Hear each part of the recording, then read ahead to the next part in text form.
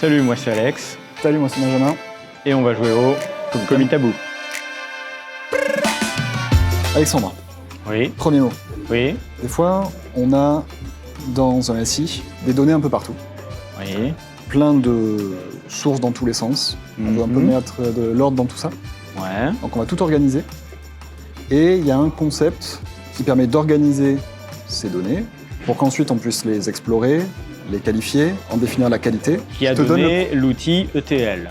Alors, non. Non. Je te demande pas le nom de l'outil, je te demande le nom du Oui. concept. L'extraction, Non. Alors déjà, facile, c'est de la donnée, donc le premier mot c'est... data. Voilà. Donc c'est la suite que je cherche. Ouais. Et donc, comme je te dis, c'est pour organiser, classer, qualifier, souvent pour des métiers qui le fassent. Data engineering. Non. Alors, plus simple, à Noël, Oui. on reçoit tous dans nos boîtes aux lettres pour que les gosses puissent voir à quel cadeau ils vont pouvoir demander. On reçoit des... Un data catalogue. Merci. Deuxièmement, quand on fait de l'analytics, on va devoir stocker nos données pour les Oui. analyser. Et il y a plusieurs façons de le faire. Première façon, tu balances tout au même endroit.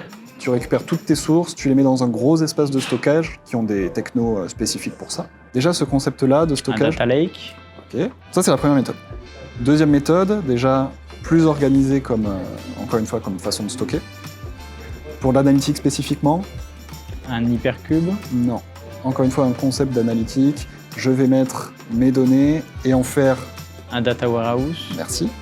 Et donc on a vu que les deux, chacun avait des points forts Et des points faibles. et des points faibles. Donc, nouveau concept où on met les deux en même temps et ça donne un Data lakehouse. lakehouse, merci.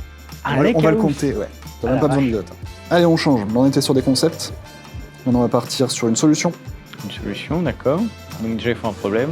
Quand on doit prendre des données, les transformer et les charger, le Mhm. concept en général, c'est un... Je l'ai dit tout à l'heure, un Ouais. ETL. C'est ça.